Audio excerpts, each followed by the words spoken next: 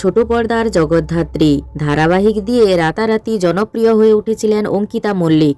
চলতি বছরে বড় পর্দায় তার অভিষেক হতে চলেছে মহুয়ার বায়োপিক গুনগুন করে মহুয়া ছবির মাধ্যমে। তবে জানলে অবাক হবেন, সবকিছু ঠিক থাকলে অভিনেত্রীকে অনেক আগেই বড় পর্দায় দেখা যেত। 2 বছর আগে যখন প্রজাপতি 2 ছবির আনুষ্ঠানিক ঘোষণা হয়, তখন প্রযোজকদের প্রথম পছন্দ ছিলেন বাংলাদেশের অভিনেত্রী তাসনিয়া ফারিন। কিন্তু দুই বাংলার অশান্ত পরিস্থিতির কারণে তিনি ভারতে এসে ছবির কাজ করতে পারেননি। এরপর বিকল্প হিসেবে নির্মাতাদের পছন্দ হয় অঙ্কিতা মল্লিককে।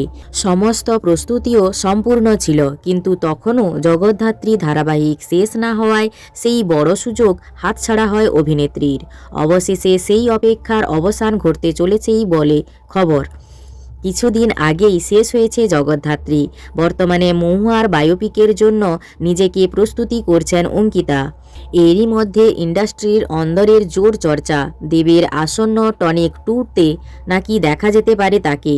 অভিজিৎ সেন পরিচালিত টনিক দর্শকের মন জয় করেছিল দেব ও পরাণ বন্দ্যোপাধ্যায়ের অভিনয়ে। সেই ছবিতে নারী চরিত্র প্রায় না থাকলেও টনিক 2তে গুরুত্বপূর্ণ মহিলারা চরিত্রে থাকবেন।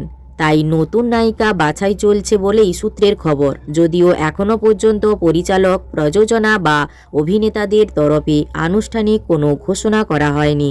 শোনা যাচ্ছে এই ছবির নায়িকার তালিকায় রয়েছেন ইধিকাও।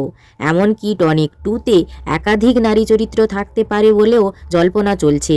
সব মিলিয়ে দেবের বিপরীতে অঙ্কিতাকে বড় পর্দায় দেখার স্বপ্ন এবার সত্যি হতে চলেছে কি না তার উত্তর মিলবে অফিসিয়ালি ঘোষণার পরই। ততদিন ইন্ডাস্ট্রির অন্দরের জল্পনা তুঙ্গে।